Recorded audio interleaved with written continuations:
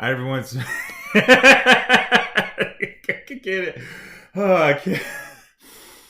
Oh, that was a bad decision. Oh, I can't even get through the opening spiel looking at the stupid shit. Okay. Oh, this is like, oh, I got a tear in my eye. Oh, wow, that was a very quick reaction. Okay, so this is the last day of the Zack Friday sale. Boy, 4 days goes by very quickly when you start at 9 p.m. on the first day.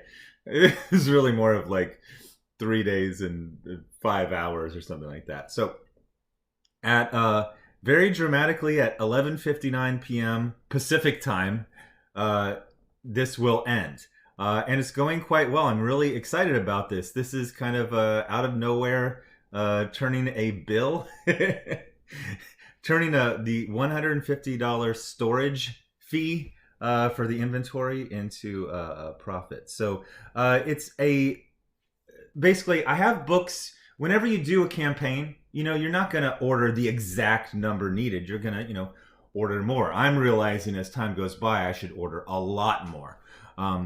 And now I'm just like, there's enough to make a bunch of, packages for the holidays, essentially. So we got the Theosophy, that's both of the books. And then the 2 Do As You're Told posters. It's doing good. 59 out of 100 are already gone.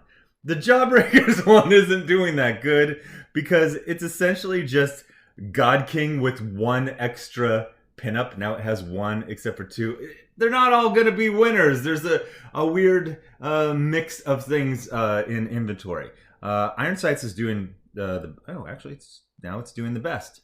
It's been kind of a horse race between Theosophy in that. No. I'm trying to do math in my head and I'm screwing it up. 60% is gone, and that's both Iron Sights books with both of the pinups. And then Splotto Perk is the most popular. I'm going to go ahead and make that the featured perk. By the time this is uploaded, that will be the featured perk. Because, it's just a good deal. You get both Iron Sights movies, or books, God King by itself, a whole bunch of posters, 6 pinups, and then Do As You're Told and Pandemic. So that one is 72%. So that's the winner. So I'm going to put that as a featured perk. So that one's most likely going to sell out probably by about dinner time. So jump on that one right now. Anyway, viewers like you, since this is the last day of Zack Friday, my plan was to get up really early and do 3 videos so I could promote. And now I got up at like 11 a.m. Well, I did get up early, but it was too early. It was like 5 a.m. You ever have your pets not be as cute as you would like them to be? It's like, let Luna out for, to go to the bathroom, let her back in. I was like, I'm just going to hang with Luna. And then she just starts vomiting up a bunch of leaves she ate. It's like, yeah, this isn't exactly a Disney moment. So I just went back to sleep after cleaning up. And I woke up at 11 a.m. But I woke up to multiple emails about this book. So American Special Forces has this, motto de oppresso liber. And I think DC needs its own motto. I looked this up. Let me know if I got the conjugations correct, people who speak Latin. Circulum in latis, which translates to my sides are in orbit. So this is I am not Starfire. You go, girl. And by go, I mean you get the woman who greenlit this, Michelle Wells, fired. So it wasn't that long ago. It was November 11th. It was about 2.5 weeks ago that there was a massive layoff of Michelle Wells, who is a VP and executive editor. And she was like the hope of the young adult, the YA genre. And I must have missed this article. But oh my gosh, in June of last year, they bet Michelle Wells' job. They bet a lot of jobs on YA. Now, I'm not an expert in YA, but I have heard that the bubble has burst on YA. And then I found a video. It's like 30 minutes, so it's too long to like show it really. But it basically said, the obvious thing, that what started successful, 10 years ago, 12 years ago, whatever, with Divergent and the Hunger Games and Aragon and all that stuff.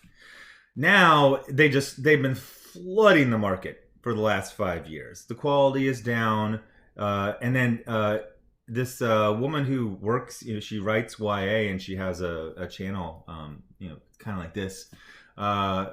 She says there's been basically no acquisitions for 2020. Which is so if anyone knows the YA game, and I've been told this myself. I remember like a year and change ago, Mags was announced for a YA book, and it's like it will come out in 2022. I'm like, what the hell? That's how the YA game works. Like their acquisitions are such that when you get hired, your book's going to come out, or a contract 3 years from now, and that's normal.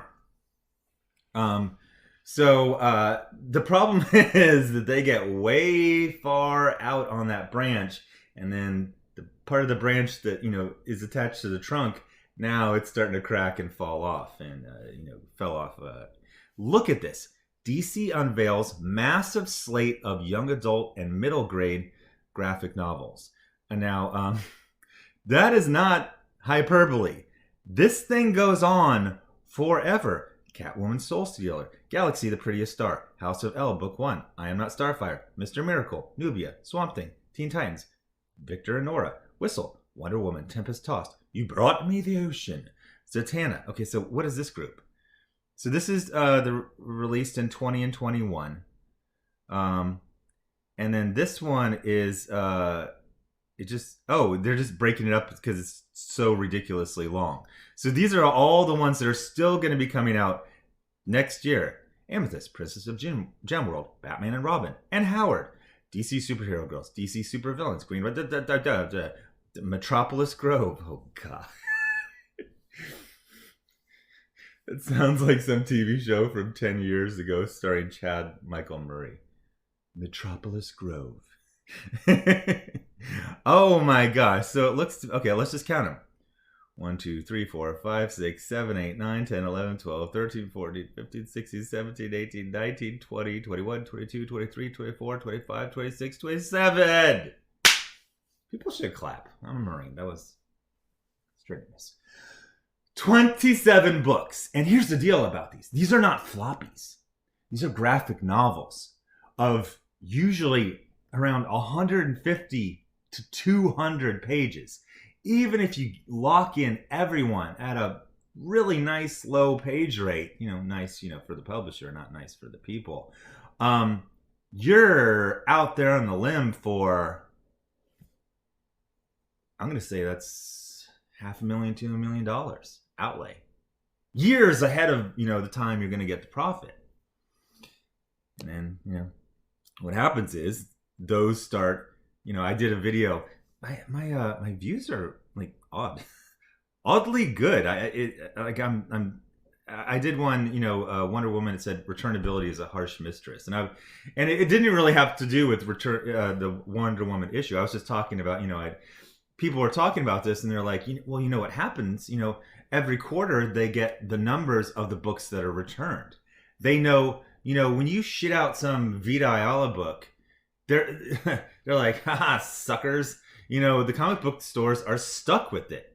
When you ship You Brought Me the Ocean out to bookstores, it sits on their shelf for a quarter or two, and then they return it. And you got to eat that cost.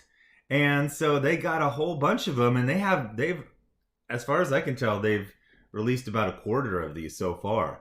And they got to see the, percentage of returnability. And, well, it saw Michelle Wells straight out the door.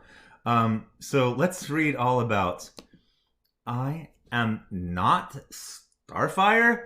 But first, let's just laugh a little.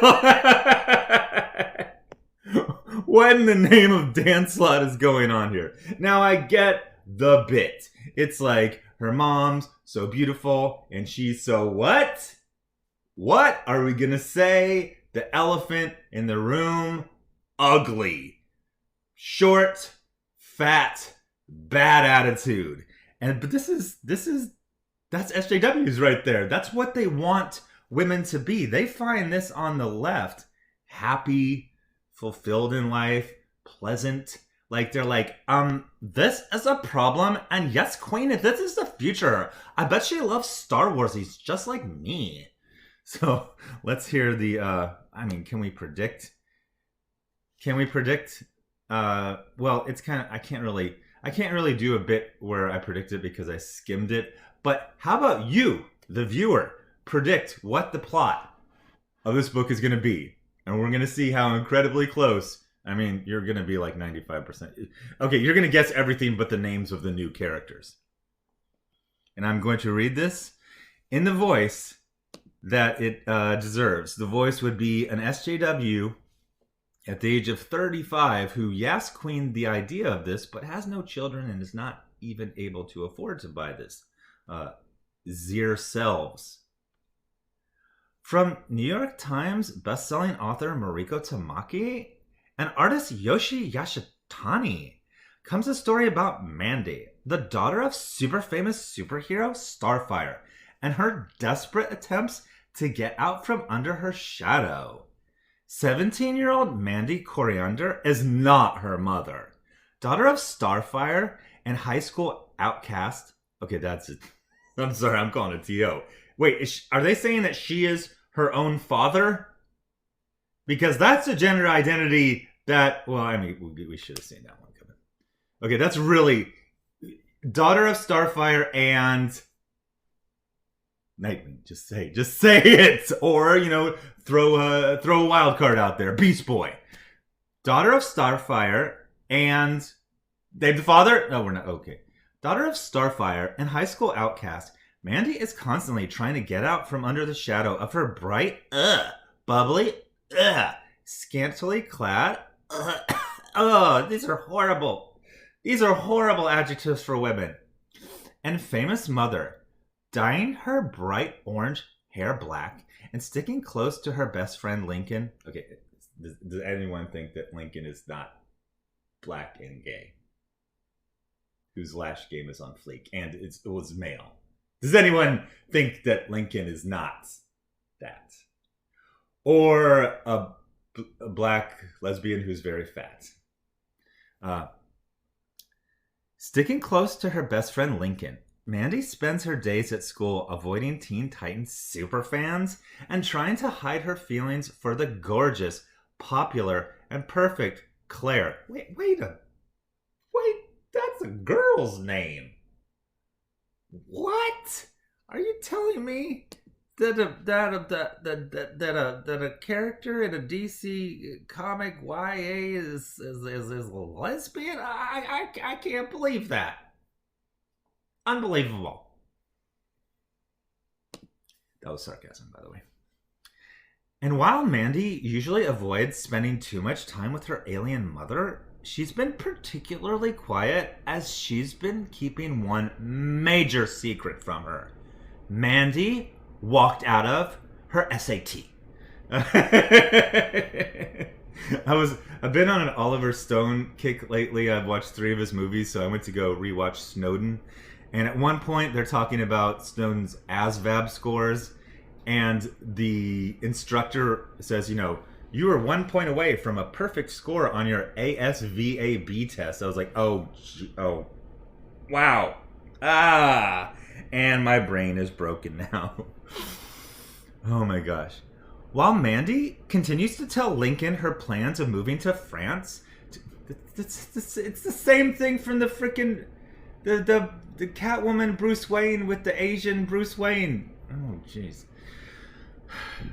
While Mandy continues to tell Lincoln her plans of moving to France to escape the family spotlight and not go to college, she secretly hides a fear of not knowing her identity outside of just being the daughter of a superhero and who she will become. What is... What in the name of Yoda is going on with this sentence structure? But when she is partnered with Claire to work on a school project, their friendship develops into... It's just say. They need to change the YA into the why are you not gay genre. Like, what is the population of every planet that YA novels take place on 50 years from now? There's no it's not just zero population growth. This is negative population growth. Everything, they're just going to say, like, every YA novel, you can set a story 200 years in the future, and everyone's like, what was it? Was it alien invasion? Was it an asteroid? Was it global warming? No, it was just like everyone's daughter was a lesbian. Like 1 in 10 women weren't lesbians, so the human race just basically stopped procreating. But the softball teams were off the charts. Like, we get it. Media, there are gay people in the world. There are trans people in the world. They're not remotely the percentages at which you focus on in your books. And the whole thing is, you know, they always say, oh, we want everyone to be included. Can you imagine being a middle school girl who is not gay, and you're reading all the YA books, and you're like, oh, there must be something wrong with me. I mean, what's going on? I'm not even attracted to anyone named Claire. But when someone from Starfire's past comes to disrupt Mandy's future, Mandy must finally make a choice. Give up before the battle has even begun? Or step into the unknown and risk everything?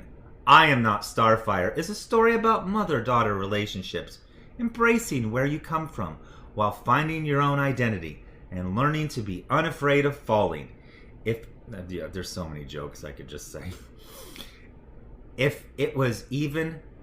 and learning to be unafraid of failing. If it was even failing in the first place.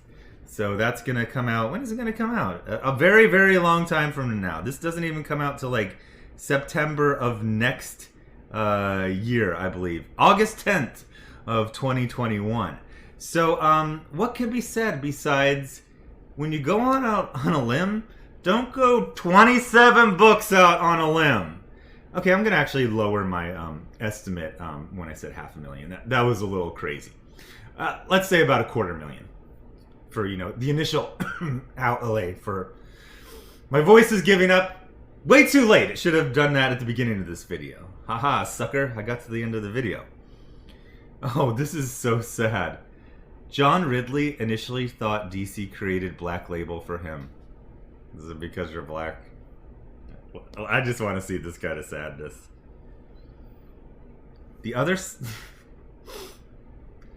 They really do treat minorities like pets. Oh, speaking of which, you know, apropos of absolutely nothing. So here's Jim Lee. Jim Lee is the chief creative officer and publisher of DC Comics. Let's see what his, you know, not looking at the tweets and replies, but just his own tweets. And so he posted a photo of a statue based on his work. Now he's promoting a Dungeons and Dragons book that's being sold at Walmart. Pretty sure that's not a DC or Warner Media book. Possible, but it's definitely not a DC book.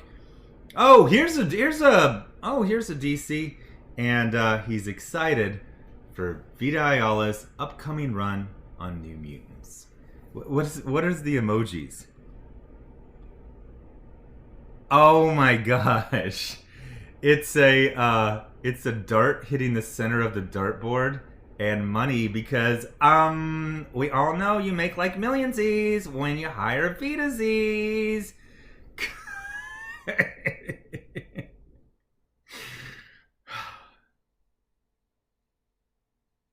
Is there a difference between suicide and murdering yourself? Is there? Is that a distinction without a difference? Oh my gosh. Why in the hell did they do this to themselves? Well, hey, dead comic book industry. Everyone who remembers you exist kind of thought you were sort of woke towards the end, so yaysies, hurraysies? Anyway, thanks for watching. Subscribe. Make sure you're still subscribed. I just want to talk about one other thing. The balance is all off on this whole piece. First of all, you got this giant empty space right here. Second of all, the way she's leaning back, like she's off balance. Like you could knock her over with a feather. Now, Starfire looks like she's about to start stepping somewhere, so that's why she's leaning forward. But she's just standing. But like, I like her hair. Oh wait, that's an attractive feature on a female. I forgot that's patriarchy rape. Sorry, I'm on the wrong side of history again. So anyway, thanks for watching. Subscribe. Make sure you're still subscribed. Hit the bell for notifications. I am not legally or medically responsible for your sides going into orbit when you see this picture. Just remember that. I've indemnified myself. Thank you very much. So anyway, thanks for watching. Subscribe. Make sure you're still subscribed. Hit the bell for notifications. Thanks to everyone giving to the Patreon and the Indiegogo. Your funny original content and an original lawsuit. By the time this is uploaded, you will have about 13 hours left, 14 hours left. And I'm going to change it so that the Splato perk is featured, since that is 72%, the one that is most popular. So you shouldn't sleep on that one, because that one will probably be gone by about dinner time. Anyway, thanks for watching. Bye.